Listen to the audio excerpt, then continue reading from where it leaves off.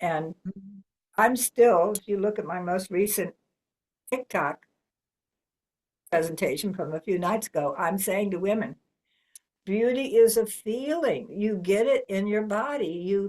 The minute you pull your energy up, you don't just sit here and lift your arms, you pull your energy up and you start moving like this, you can experience your beauty as a feeling. And you can imagine, if you do it with your iPad, which is a fun way to do it, you can see the art you're making and just enjoy being beauty. Don't be doing beauty to try to get somebody else to think you're beautiful. Let yourself feel, feel the lift, feel these feelings. These are feelings in your body, and your body loves them. So be beauty. Don't think you have to look a certain way or weigh a certain thing or be a certain age. You're like a breath of fresh air, softly blowing spring through your hair. Sunlight in the sky on your face, bringing joy and love to this place. You bring joy and love to this place in my heart. You bring joy and love to this place in my heart. You bring joy and love to this place in my heart. You bring joy and love to this place in my heart. Hello, I'm Carol B. Brown Jones, and welcome to GG United by Love, our home for practicing love in actions. That's with the S on the end. By choosing love in every action. GG stands for grandmothers and their girls, and that includes daughters, daughter in laws, granddaughters, grandsons too, your family and your friends. If you're here, you belong here, and you are welcome. This is where we gather to share stories, wisdom, and reflections about life, love, and legacy across generations. If this speaks to your heart, I invite you to subscribe here on Substack and stay connected with our community. I am glad you're here.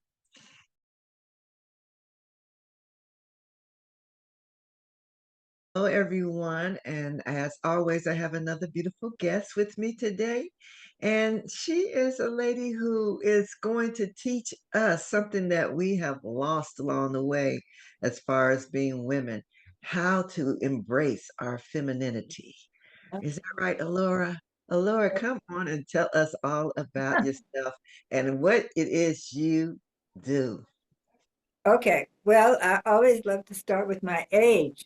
A woman never tells her age, but I guess a goddess does, because I am now 77, and I started at 50 with a slogan each year, like 50 and fabulous. That was the first time I don't think I had a slogan at 49, but by 50, I was like, okay, give me a slogan. So 56 was 56 and never been fixed because I never was broken. And Ah, I I, like it. I only had the first half of that. I had 56 and never been fixed. And then my girlfriend in Florida, actually, she wasn't even yet my friend. She just met me literally within 5 minutes of meeting me. I said that line and she said, "Because you never were broken." And I went, "Oh, that's perfect. Let's take that." So now it's 77 and in Goddess heaven. Okay, love it, love it, love it. And Okay, uh, let's go back to where little Laura was. little Alora, earliest memory of something imprinting me was watching Adagio ballet on TV and seeing men lifting women, and I wanted it. I wanted partner dance where I got to be elegant and graceful. And I did go to a ballet class for, like, I don't know, half a year or something, but my parents said that if I was going to do it, I had to practice, and I wasn't willing to practice.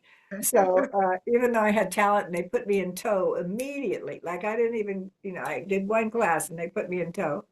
I wasn't willing to do a structured thing. And I've Hmm. never liked any of the ballroom dancing because it's so structured. And because when people dance with each other, they're usually not looking at each other, And I love partner dance. It's my favorite thing. But the partner dance that I teach has no step. It's in the moment. It's very much through the eye contact, and it's very much through a kind of isometric, spiritual isometrics. That's what somebody called it. But you know how when you make a muscle, you activate your muscles. Like you don't just make your muscle like this; you make your muscle like that, right? So when Right. you connect with another human being through your strength and theirs, you can feel everything that they're doing, and you guys can just do whatever the heck you want to do. You can, he can, you can get down on the floor. You can go back to back. You can go all over the place playing with another human being through movement. And that is really, that's my altar. I adore that experience. So, and is it a feminine experience? For me, for sure, right? But it doesn't mean that I can't have the experience with another woman, because I think one of the most fun ways that women bond with each other and actually avoid the jealousy and competition and comparison is to be beauty together through movement. Like when you start leaning into another woman and being beauty, and if you film it, my God, you love what you see. You go, oh, look, we're glorious. Let's do this. So I absolutely adore being sensuous beauty through movement with many. Beautiful, beautiful. Now, how did you come to this? Is this so you didn't get to dance as a child? What did you go on to do? Well, it wasn't that I didn't get to dance. I didn't go to dance lessons. Okay, you I, didn't take I it. was dancing all the time, and I have little. I danced in school talent contests, and you know, and actually, people took notice because I'm a good dancer, right? I remember there were three of us that were going to do this dance, and one of them had been trained, and two of us hadn't. And the one who'd been trained dropped out because the two of us who hadn't been trained were very in sync with each other, and the other one wasn't. So there's an instinctive passion for beauty through movement that is innate in me, and I don't know how to explain it. My sister doesn't have it. My mama didn't have it. I didn't have a model of it, but I have it in me. So and thank goodness, because uh, for many years, and I think this probably happens to many women, once I got married and I became a wife and then a mother and a worker, that part of me got sidelined. And Mm-hmm. my husband didn't like dance and wouldn't dance with me, maybe once a year, just to show me he could, and that was it. And so it took a backseat for a long time. When I was in college, I did an amazing thing that really was I could look back and go, oh, that was you could see the goddess in me then. And that you could see the birth of this woman in that woman, because it was my senior year, and we were supposed to do for our whole grade was to create something. It was a creative I don't know what it was called, but it was the point of the class was create. So I had a couple. The woman was Italian and the man was Black American, and they were married, and we all loved each other. And there was some energy between the husband and I, but we never did anything with it, and we never worried about it. Well, they were in the class with me, and when we all decided we needed to do a project, we decided that I would wear a black leotard and tights, go out to the ocean where we were in Santa Barbara, so it was easy to do, lay on the sand as if I was lifeless, And Ralph would walk out of the ocean with his shirt off and white jeans on and come and reach down and touch me and bring me to life. And we would dance a dance on the sand. And then we would go off into the ocean in the sunset. And Lorraine directed the whole thing, you know. And when Mm-hmm. we showed it, it was slides.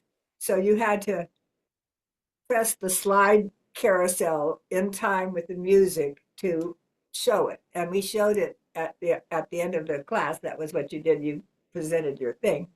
We showed it and we played the music to the good, the bad, and the ugly, which I don't know if anybody remembers because it's maybe before most people's time, but it's like da da da, and it was very dramatic. And I look at that and I go, I'm still doing that. I'm still making those moves. I'm still having this man lift me up. I'm still doing it, you know.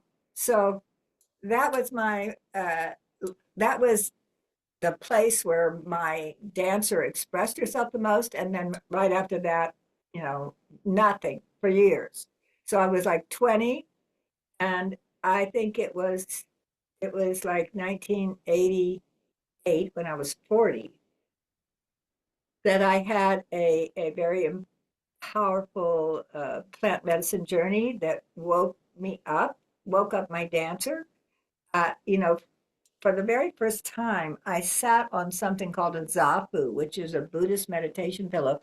And when you sit on it, you sit on the very edge of it. So when I sat on a zafu for the first time, you sit on the edge of it and it tips your pelvis forward and it aligns your spine. And my arms went up and I started moving in a way I'd never moved, like this. And I call it temple dance.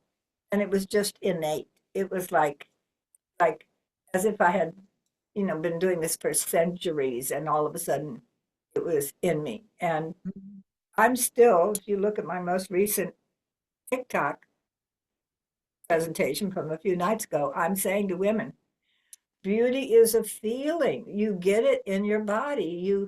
The minute you pull your energy up, you don't just sit here and lift your arms, you pull your energy up and you start moving like this, you can experience your beauty as a feeling. And you can imagine if you do it with your iPad, which is a fun way to do it, you can see the art you're making and just enjoy being beauty. Don't be doing beauty to try to get somebody else to think you're beautiful. Let yourself feel, feel the lift, feel these feelings. These are feelings in your body and your body loves them.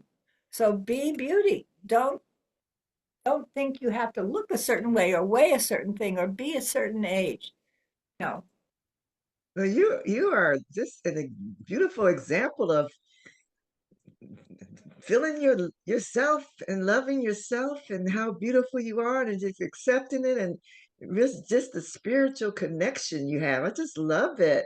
Now, you see that I always like to find out what people were thinking or wanted to be when they were a child because it generally does show up some way Yeah. later. And so you had that slight memory.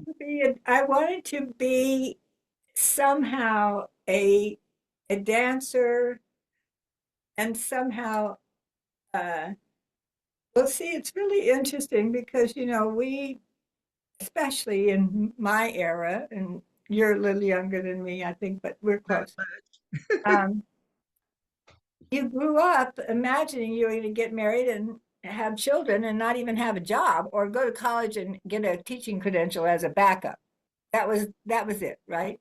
So we weren't encouraged to have visions of grandeur or anything like that. And I was born in California. I'm taking my socks off because I got hot with all that. uh, uh, I was born in California to a very conscious mother, but very soon we found ourselves in Memphis, Tennessee when I was 5, and then in Baton Rouge, Louisiana when I was 7. And, my poor mother going from living near the ocean, being her mother being a Christian Scientist, and my mother having the consciousness that all is infinite mind and it's infinite manifestation, and that I and everybody else is God's perfect child, and anything I think is wrong with me or anybody else is mistaken perception. Those are the earliest teachings I got from my mom, right? Mm-hmm. Now imagine her, she's landed in Baton Rouge, Louisiana, in the thick of, segregation and ignorance and everything else. So uh, that's where I grew up, 7 to 17. And so I wasn't encouraged in any, I was a National Merit Commended student, which is a very big deal. I scored it in the top 1.5% of the country on some national test.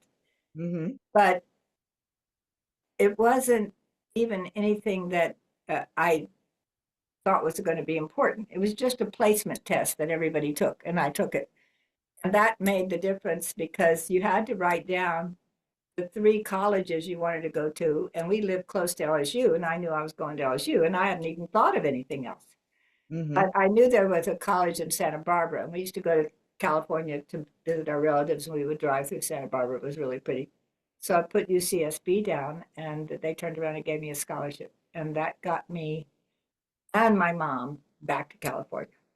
Oh, beautiful. Yeah, and my sister eventually. So that's that's you know when I was growing up, even though I'll tell you what else I wanted to be. I just remembered my dad and I used to watch the Miss America pageant, and he used to say, "That's going to be you in 1970," and I really was, you know, I liked the idea of being Miss America, and it's so funny because I really wouldn't say I was beautiful as a child, or I knew that I've grown into my beauty. The kind of beauty that was popular in the South in the 60s was not my style. It was more soft, rounded features and things like that.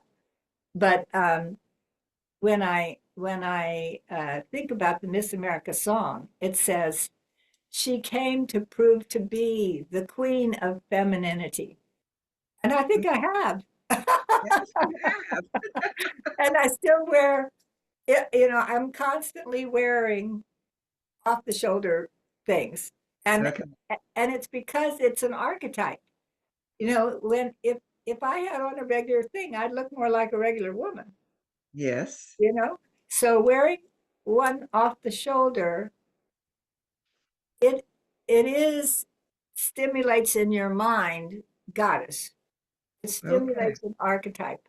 And I have yet to meet a woman who, when I wrap her in one of my wraps, doesn't go from normal to miraculous. Like something happens in there. I say mundane to mythic, but I don't want to call anybody mundane. But, mostly what everybody's wearing these days is quite mundane, or they're so into fashion and all the outlandishness of it. And that's not archetypal.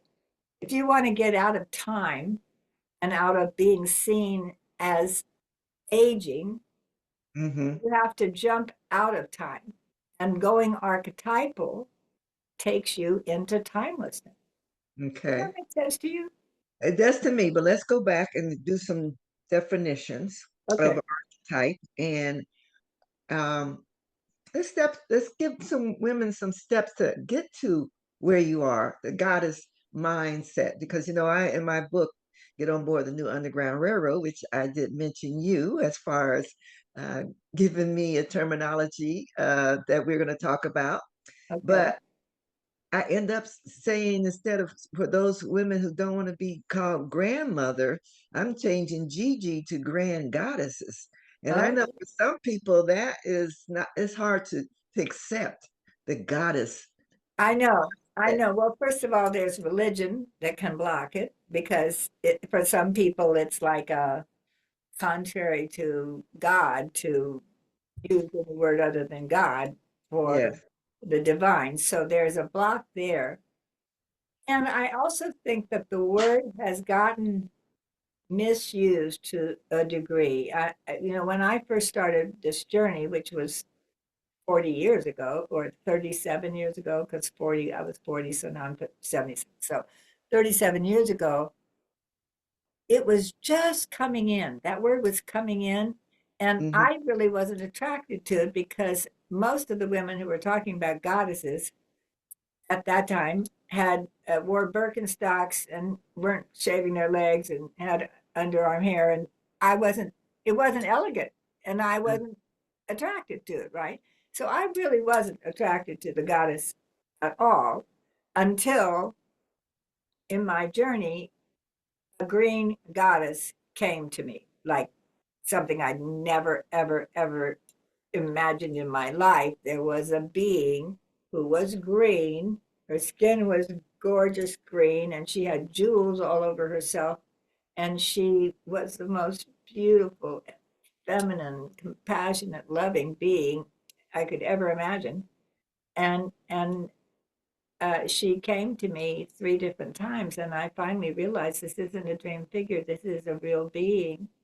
And after that, I never had an experience of her presence again.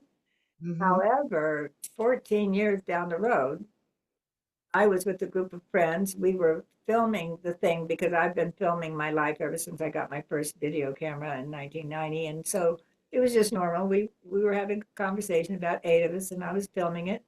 And then they asked me to tell my story of, being the goddess.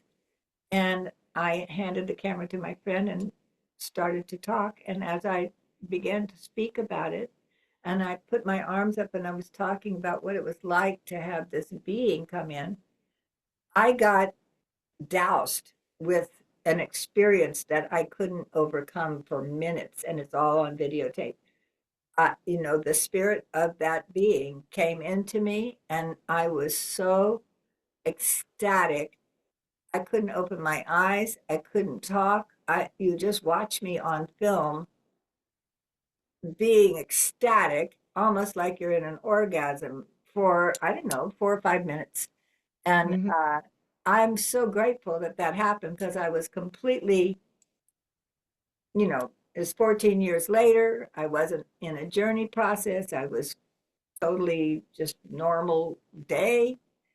And, but even by then I was dressing archetypal. So for me, you said the word archetype is like, an image that is timeless. Like if you have, uh, I'm trying to think of some examples. I mean, I would suppose that Santa Claus is an archetype, and Like uh, an angel. People picture angels with wings. that's That's an archetype, right? So there is an archetype in our psyches from seeing the Roman sculptures or hmm even the Egyptian sculptures. You see gods and goddesses that have wraps on. They're not wearing clothing. There was right, no such thing as sewing, right. right? There was only wrapping. So when the I love that you're interviewing me like this, Carol, because this is my favorite things to say, and I hope they have value for people. Really, it's I hope so not too. meant to be, aren't you wonderful? That's not the point. Uh, so, what I say about clothing is that when you wear clothes that are sewn by machines, you trap yourself in time. You can tell the century and the era and the lifestyle and the mindset, and you end up thinking you are Carol. But I don't think you're Carol. I think you're a divine feminine being Carol. And when I get you out of your 21st century stuff and wrap you like a goddess and show you that, you see it. You see the divine feminine in you in a way you cannot do with regular clothing on. That's beautiful. And, it's interesting that so many of us don't even look at our own bodies. That's a whole nother thing. This is like, okay, I just watched a movie that a video. I have a video that I made about 8 years ago, teaching what I've taught men. As I've been a teacher of mythic love to men for a long time, teaching them the things that I think if they learned, they would be It's not sexual teachings, but it's intimate. It's like eye gazing, breath kissing, the hug of surrender, the essence of dance, core play, floor play, things that you probably aren't doing, nobody's doing. I pretty much invented them, but they are archetypal. You know how when you see the romance novels, the woman's always laid back in the arms? That's the hug of surrender. And I Oh, teach men how to give it to us. And when you get it, guess what? You go to a state of timeless contentment. When you get the support of a man's pelvis, the way he needs to give it to you to give you that experience, and the support of his arms so that you can lean back, you escape gravity for a while. Gravity isn't pulling down on you and getting to that part of your brain that remembers the past and is afraid of the future. Gravity doesn't get to that. You're supported. You're laying back. You feel like, I know this isn't going on forever, but I'm perfectly happy here for however long it is. So it's a way to get out of time, because time is our blessing and our curse, right? So I was just saying that in this film that I made, I watched it today because it was a course. I meant to market it as a course, and it came out right before COVID, right at as soon as COVID happened. And I'm a perfectionist, and I never put it up. And so I'm going back and looking and going, okay, get it up. I do not look as beautiful 8 years ago as I look today. because now you're more into it. You have lived this much longer. And it's true, it's something. I mean, I've been living it for a very long time, but I was happily surprised to see that you know, I prefer this version. I prefer the 77 to the whatever it was, 67 or something like that. So let's go back to there was a question that I am tricky to keep on point. Um, what did you, we were talking about how women can, oh, mirrors. Okay. Seeing their own body, right? Right. Okay. So the one of the first things that happened to me once I woke up to this divine feminine experience, and it was how I got to the divine. That's why I valued it, because after I had that experience, and my kids were little, they were like 2 and 4. And when you live in a house with your husband and it's it's not a huge house, you can't you don't have your own private space. Right. There's a kid's room, there's your room, there's a kitchen, living room, and like that. Well, on Thursday nights, my husband would had something that he always did on Thursday nights, and that was the night that I started sitting on the zot. I would put my kids to bed, play hard with them, put my kids to bed, and by then I had started wearing cat suits constantly, because that's another thing. You want to be, or at least I love, and I think that many women will love, the experience of wearing a cat suit. If you're going to wear anything that's sewn, a cat suit is wonderful because it doesn't confine your body. Now they're making these cat suits that are full of tummy control and stuff like that, and I don't think it's the same thing. I I loved wearing a black catsuit that was long sleeved, scoop neck, and I would just wrap red silk around me. Now I wasn't going out publicly yet like that, but I was wearing it at home. So on Thursday nights, I would get in my catsuit, play like crazy with my kids, put them to bed, get on my Zapu, put on earphones. I don't know if I put on eye shades, maybe, but definitely earphones, and play spiritual music, not love song music and not rock music, but music that uplifted you. And I remember the first time it happened, I started doing it, and then I basically disappeared. And when the CD ended, I came back and I realized I'd been gone for 40 minutes in Wow. an experience of connection. And Wow. it became how I accessed a connection to something, that we could call the divine. Because I Mhm. don't really want, I don't want to use God, and I don't really want to use goddess when I talk about the whole thing. It's just, let's call it the divine, right? Okay. So that is, and I think that one of the challenges is that we all think that to get to the divine and meditate, you need to sit still. But Hmm. I think that's masculine. I think women find their divinity through movement. You know, it's just we we are fluid in a way that men aren't. So it's more natural, but we're learning it all from men. We're learning, what do you do to meditate? You sit and go still. Well, mostly when people sit and go still, there's a lot of the time when you're fighting your mind to get quiet.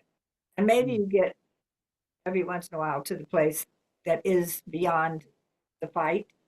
But Right. my own experience is that it is so far. I'm opening to working with Joe Dispenza's meditations, and I am Yeah. So respecting disgusting. his Yeah. work. My daughter's been introducing it to me, and I can hear the value in it. So I'm going to go for that. But I also want to stand for and promote the possibility of transcending your personal woes and your personal limits through eyes closed, ideally, music coming right in, that spiritual music and movement that lets the rhythm. This is a, you can see this flow. I don't think you can, I can't show you what's going on in my hips, but there's a something called the toroidal field. Have you ever heard of the toroidal field? No. Well, apparently it's the source of it all Okay. the energy in the world, in the black holes. It's Oh, I know that all, it goes around like this. Yeah. that's right. It's a spiraling thing that's Right. going around, right? Right. That's what I get to in my body Okay. through, and you can't get to it with a sodden belly. Like I'm sitting in a chair right now, and my, my body is folding in the middle, right? Right. Right. But if I just push this chair back a little bit and I sit on the edge of it, now my knees are below my hips. Yeah, try that. And uh and then like cross your ankles at the bottom. So cross your Okay. ankles and let your knees go out, right? Hmm. Now, do you feel more erect in your body? Yes, I do. Don't you? Yeah, now lift your arms up. Okay? And lift when you lift them, I want you to feel and imagine the energy coming up through your legs, up through your belly, and lifting with grace and strength. Let there Hmm. be grace and strength in your body so that if I could see your muscles, I wouldn't see this, I'd see this. Hmm. Okay, Okay. got it. Like you used to make your muscle, right? So Yeah. make your muscle, right? How alive does your body feel right now? Well, it feels like it's awake and purposely standing up Yeah, and it's erect, right? And correct. now take, it's not your shoulders you're going to move. I want you to start stirring your pelvis. Move your pelvis in a circle. Now your shoulders are moving a little bit. Try to keep them still and just isolate that pelvis. Okay. Okay, can you feel the power in that? Yeah. Yeah, there's power there, right? And so then you start letting that power come up and the whole thing starts undulating. It's Ah, not a bad thing to do on a man.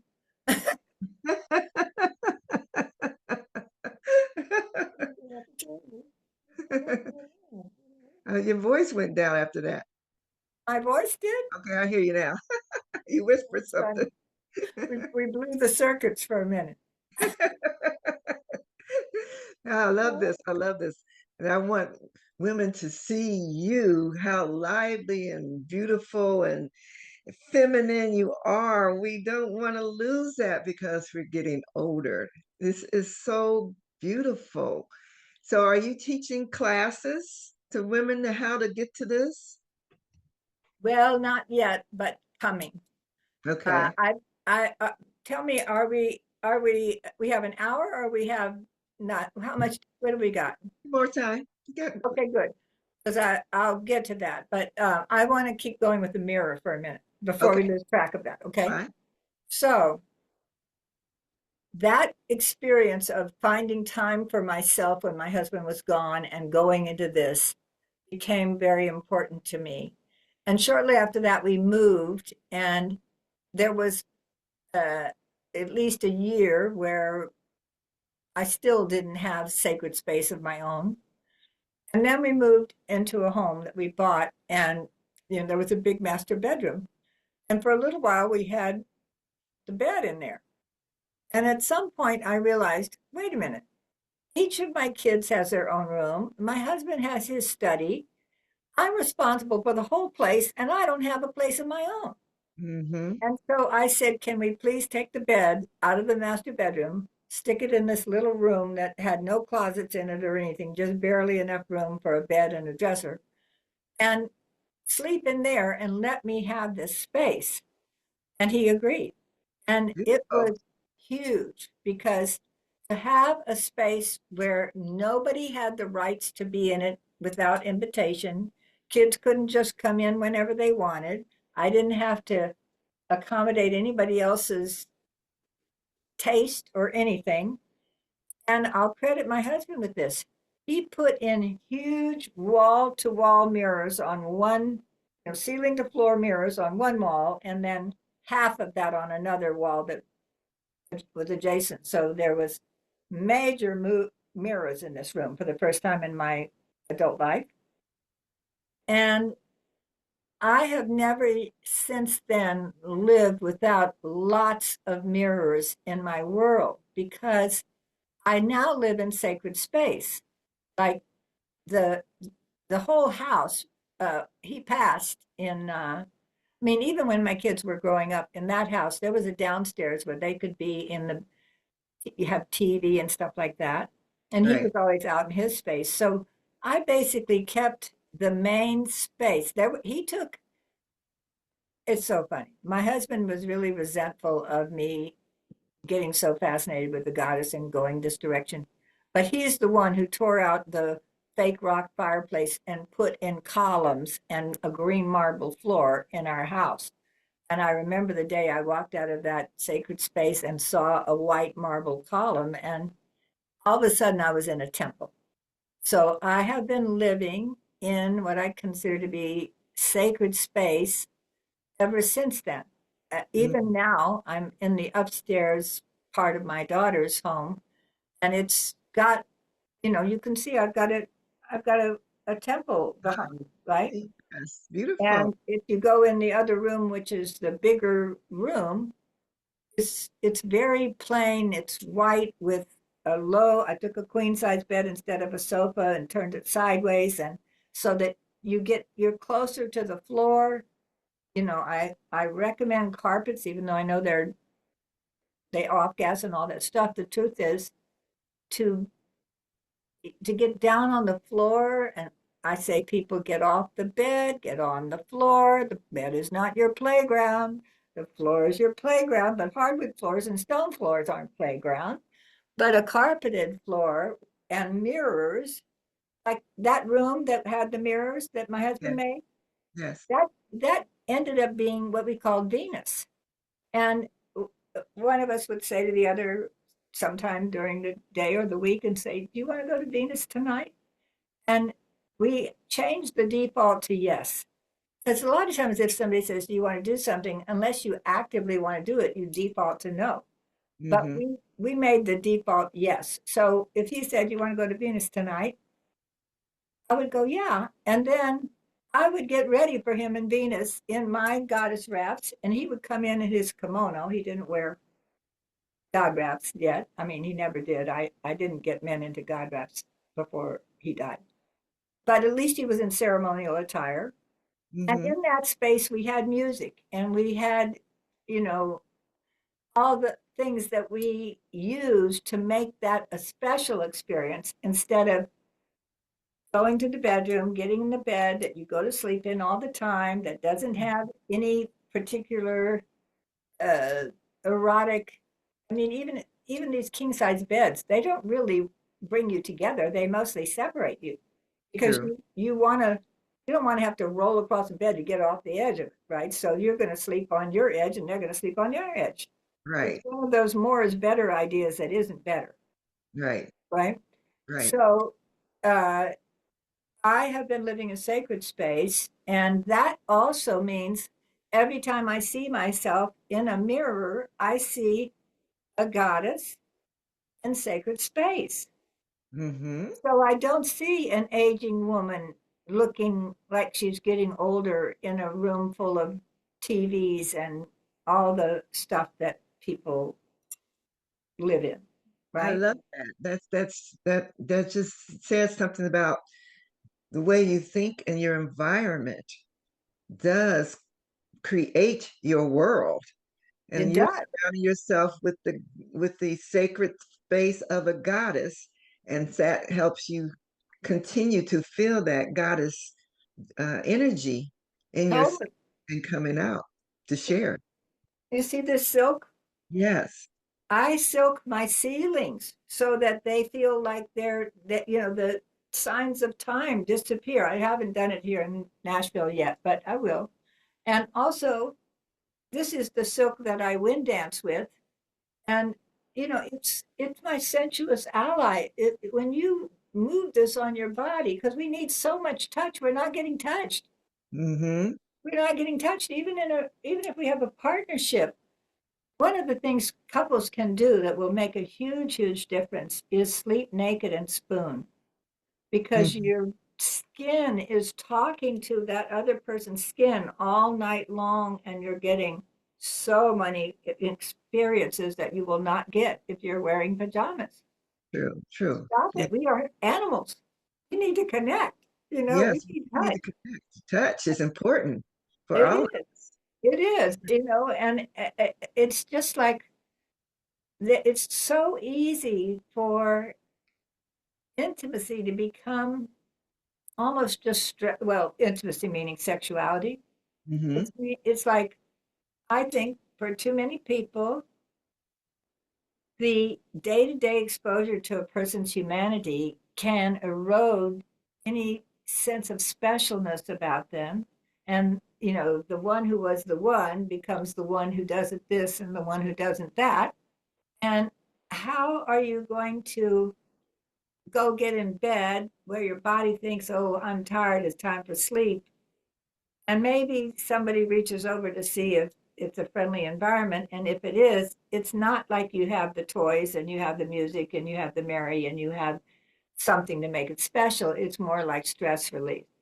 And Mm-hmm. then after a while, it's a chore or something. So that's because we aren't distinguishing where, like create a space that you go to make marriage magic. Like I've started thinking about what would be a course or what would be for the very first time, I'm really ready. And I didn't think I was going to mention this, but I know that the statistic right now is something like 75% of marriages are ending in divorce because the more people do it, the more people do it. When True. my parents got divorced, nobody did it. Now Yeah. it's constant, right? Right. Well, and crazy because people are going to spend $30,000 to $40,000 on a normal wedding, and then hundreds of thousands on a divorce. And I don't see anybody really addressing what is it we can do in that marriage to not have that be our outcome. And so I'm finally ready to work with couples who are really ready to take radical, wonderful action to transform their marriage into something that is really a magical thing. The purpose of it becomes your own evolution. You become spiritual partners in decoding the way that those human beings are interacting with each other. You know that the 7-year bitch is likely to come along, and there's things you want to do when that happens. And you know that the 16-year wall has a time where you may need to individuate some and yet not lose your connection. I am a great teacher of all of that, and I have been a certain degree resigned because I think lots of couples aren't really willing to do what it takes. But there's going to be some that are, and you know, whoever's listening, if you are one of them, then you know, don't wait. Even if you just got married, that's the best time. Learn practices. Carol, you are letting me absolutely talk about my favorite things, and I hope I. That's why I have you here because I haven't had an opportunity to. We've only talked and chat, and we met through the Diva Network, and we've communicated and got connected, and you have shared things during the meetings. But so I haven't had opportunity to really hear everything that you're doing, and this is what this is all about. Because my audience is women our age, basically, and That's mothers, right. grandmothers, and we need to hold on to our our love of ourself and our gifts and happiness and joy, and you're teaching us how to do that. So yes, I'm giving you this platform. Absolutely. It's like, you know, it doesn't, there's no time that's too late. Right. There's no time that's too late. And there's no time that's better. Now is the time. Right now, it doesn't take anything really for you to make the shift that I'm talking about. But if we're talking in relationship, that's where it's where the biggest need is, because you know, even if people have a great sexual relationship, for many, you know, I don't know about Viagra and all that stuff, but you know, there was a time when for most men there would no longer be a rise.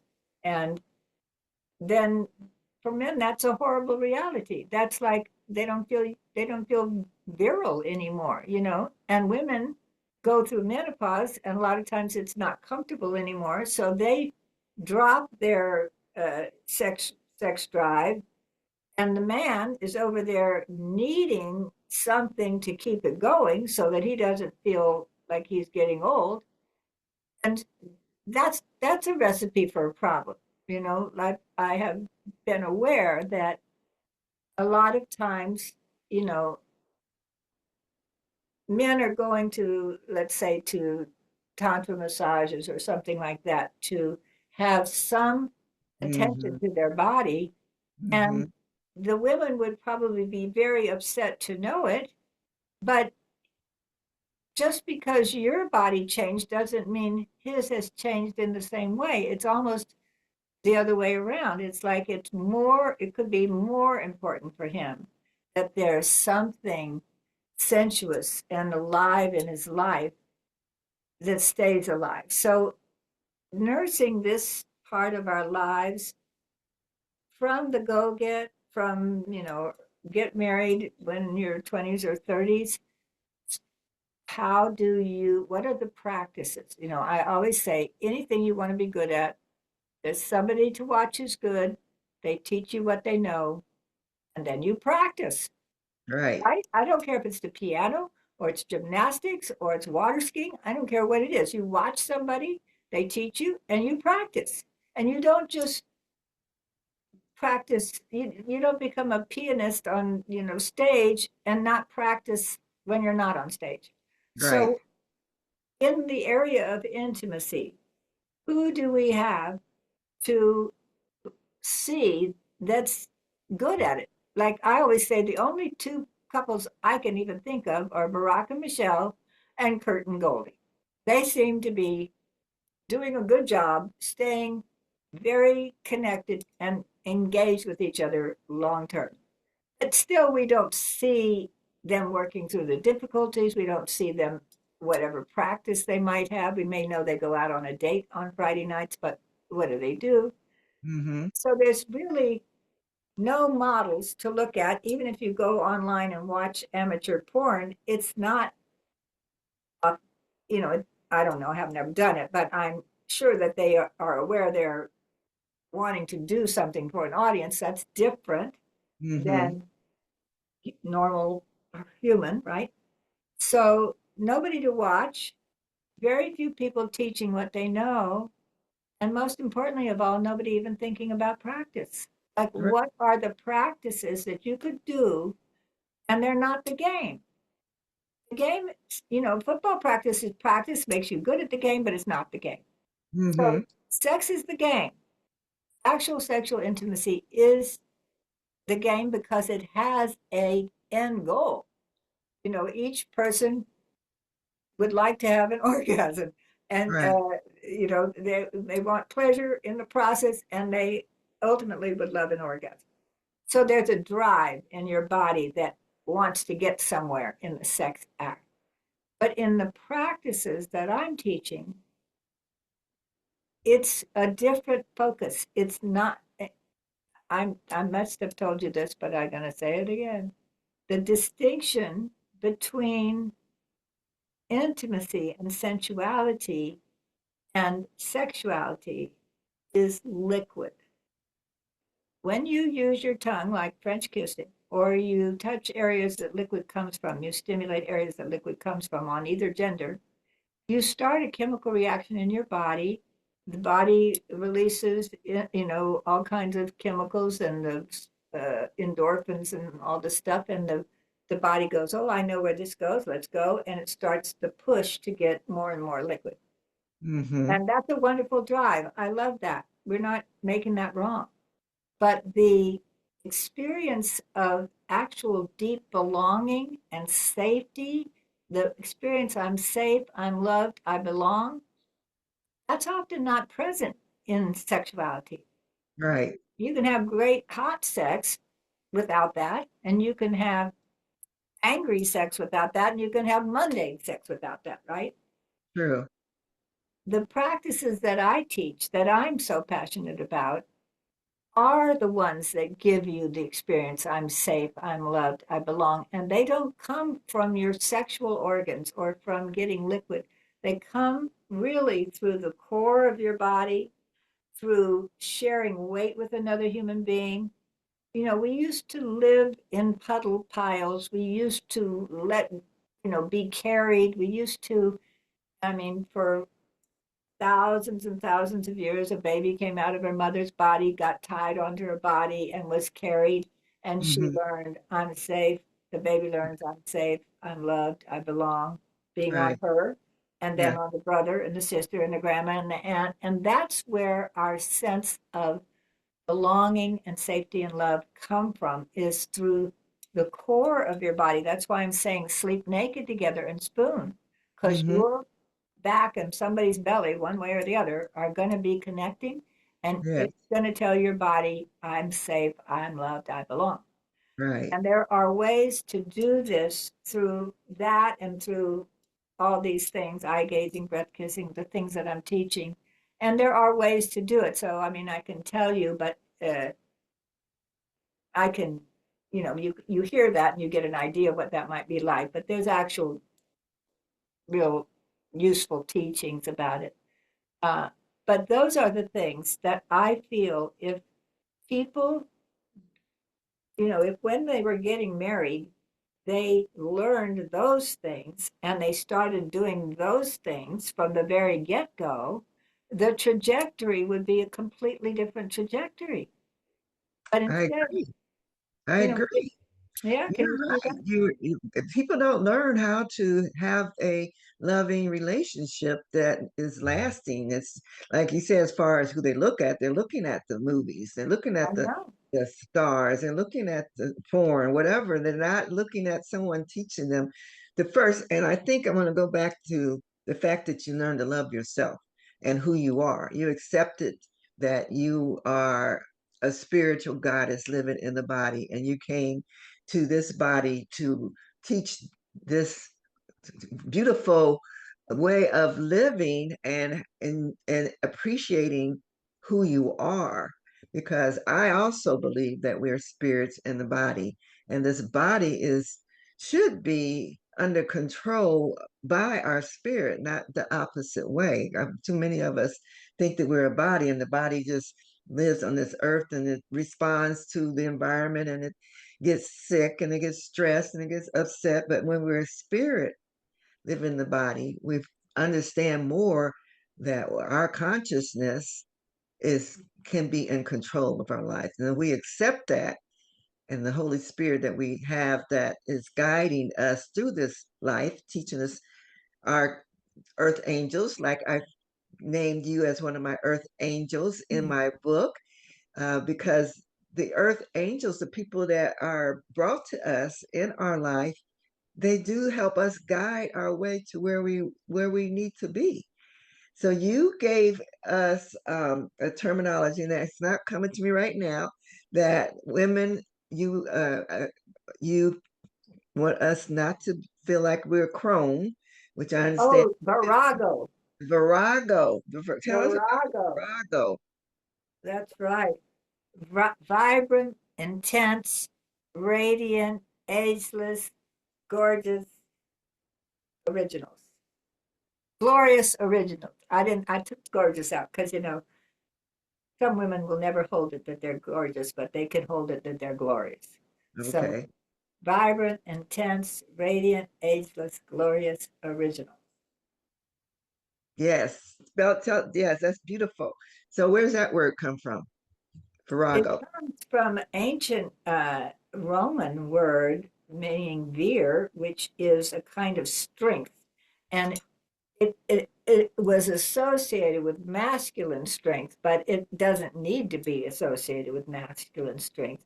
But in the old days, a woman who was a virago, we're talking back in goddess times before Christianity, the virago was the woman who was the elder, who was the fearless and strong and potent leader of her people. That was a virago, like a medicine woman, you could say, or, like a empress, if you wanted to use more current terms.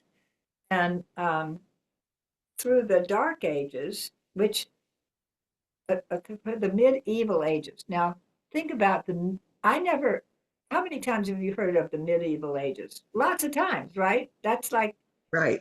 we've heard that. Think about the words. We're in the middle of evil. Yes, We're right. in the middle of evil in the medieval ages. And in the medieval ages, women were being burned and, Yes, witches yes. tortured and all that stuff. And virago became a derogatory term, meaning a kind of bitchy, uncontrollable, masculine woman. Hmm. So when you look in Webster, that's kind of what it says.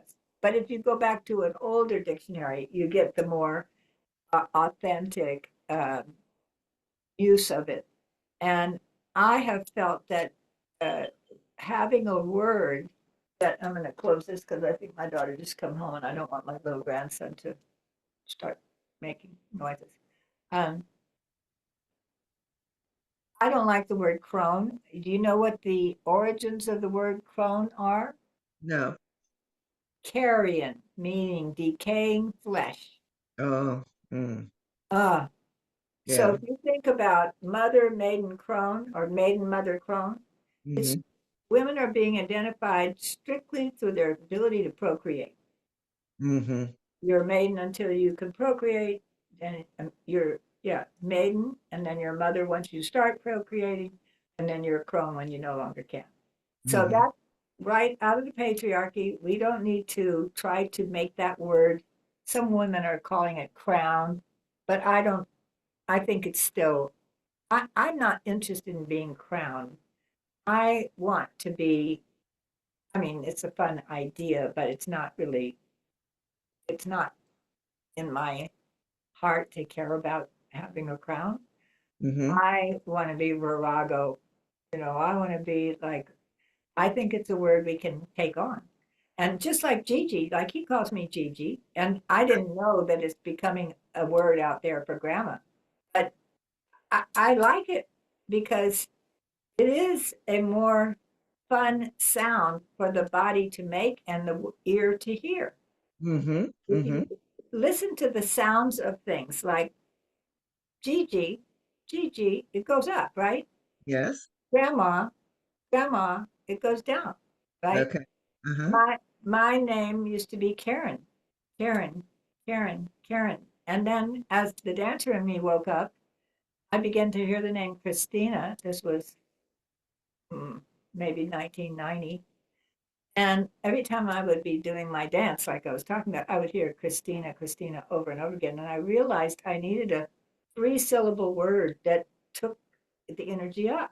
And if Okay. you think about the names of goddesses, you know, there a lot of them are three-syllable words that end in an ah, you know. Okay. So I was Christina for a long time and never thought I would change that. And then I had another major experience where I realized that the name Christina still carried some of the holier than thou energy about sexuality. Mm-hmm. And in the realization of that, I heard the name Alorah in myself, and I'd never heard the name before, ever, anywhere. And I knew that it was mine to take and that it represented the unity of spirituality and sexuality energetically. And then in a while, I found a reference to the temples of Alorah in Atlantis that relocated to Egypt and Greece. And by that time, I was living in a space with Egyptian statues and dressing. You know. So I will never change my name again. And my last name is Inanna, and that's also I heard the name Alora, and then I thought, okay, you got to have a last name. It's a big hassle if you only have one name. What would I pick as a last name? And then I realized, oh, it's Inanna because Inanna was humanity's original goddess of love from Sumeria. And when you dig up the sands of Iraq, you discover the tablets written in cuneiform that tell the myths and stories of Inanna's time, and they are epic. They matter today to us women to read them. Oh, And wow. I'm not kidding you. Like, it's amazing. So I thought, I'm going to use that as my last name. It's my legal name. Alora Inanna is my legal name. And I use it as an opportunity to tell women about her story, you know. Hmm. Beautiful, beautiful. This has been a great conversation. We're coming to the end. Now, one thing we haven't done yet is talk about Harriet Tubman. All my guests have to Oh, address how Harriet Tubman has influenced them, or what you see in her that speaks to you. Anything that you have? well, let's just talk about a virago. Yes. What amazing. I mean, that movie, I loved the movie Harriet. I mean, oh my God, you know, I'd heard of her, but I'd never really known Hmm. how that woman did that, how she came back and forth so many times, risked that experience, succeeded. I mean, and I want to tell you, Carol, I never know if I'm saying things that are not socially appropriate or whatever, but I want to acknowledge to me the amazing strength and courage and beauty of women of color. I Hmm. have, when I look at who I became friends with through the divas, Yes. it's mostly, you know, women of color because there's a vitality there. There's a strength there. There's a achievement there. There's, you know, it's I, you know, bow down to the inheritance that there is for all of us.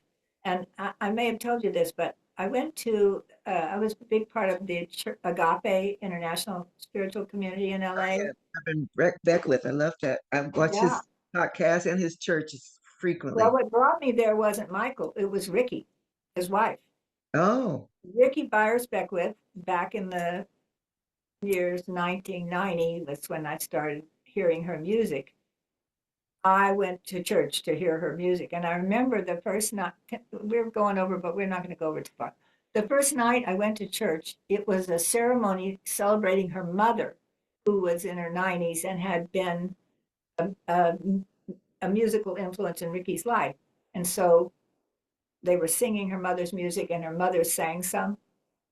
I was sitting up near the front and I had on the goddess wrap and I was over on the left hand side and I danced and danced and danced to that music. I couldn't stop. I was just in heaven with what she, and they were like more older spiritual stuff, right?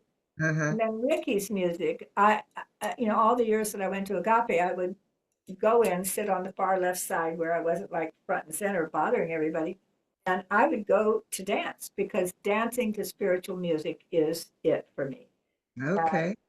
called praise dancing or whatever. But Praise is what people used to call it now. Yeah. yeah, Beautiful. and so this is the last thing I might say. So Ricky had a big women's gathering for 3 days or something that I went to, and there were a couple hundred of us, and it was a very mixed group, but probably 60% Black and 40% others. And it was so intense and so wonderful. And I was with my mother shortly afterwards, and I said, I just can't get over how expressive and how powerful and how amazing the women were. And I said, you would think that women who've been suppressed for so long wouldn't be like that. And she said, well, honey, white women have been repressed for a long time. And I thought, oh, when somebody suppresses you, you resist it and it pulls out a strength in you, right?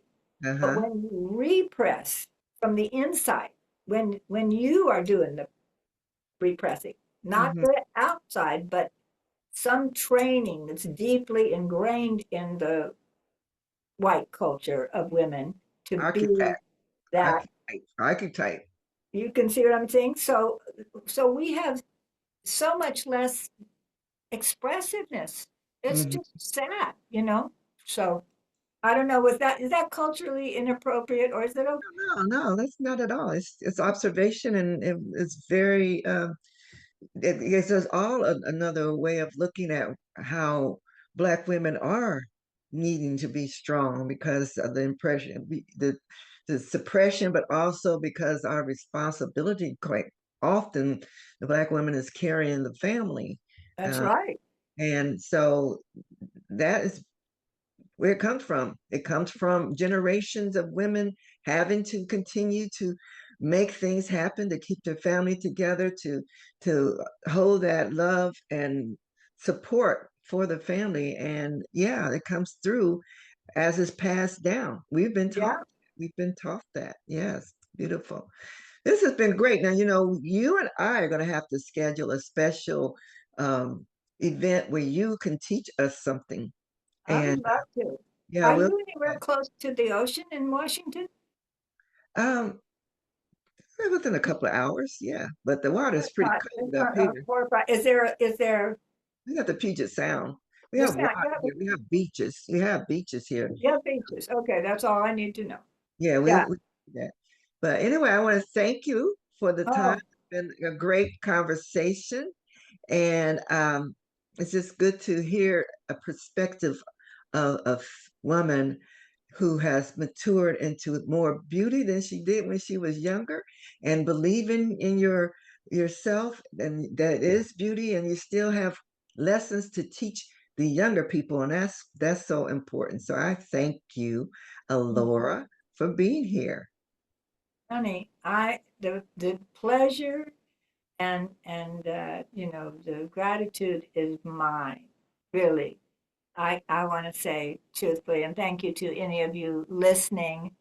I really do appreciate Carol, and I watched her in one of her films, and I was stunned to see the transformation she makes when she becomes Harriet Tubman. And it's a privilege to know you, Carol, and I am so grateful that the divas brought us together. Thank you, thank you. And I know you're going to have an offer that I will make sure that people know about, and they'll be having your link to your website and uh with the TikTok. She's blown up on TikTok, y'all. I went viral. Viral on And TikTok. guess what I went viral doing? Showing women how to wear a goddess wrap because that's what they go. They go, oh, wait a minute. I want to dress like that. I want to dress like that. And so there is a man trying to get my goddess wraps made in China, and we'll see how that goes. But you know, it's Beautiful. easy. You can just order some fabric that's 4-way stretch and play with it. Well, you're gonna be teaching us more, so Okay. we'll stay in Thank touch. you again, honey. I loved it. It's so good. Thank you so much. You're welcome. Bye Okay. bye. Bye. All right, beautiful lady. Thank you so much. Wasn't that a special interview? Alora gives us a different way to look at ourselves, no matter what age we are, women. So I hope that you will listen again and again. Look for her website where you can learn more. And let's live and be beautiful goddesses. That was fun. Thanks for being here. Bye bye.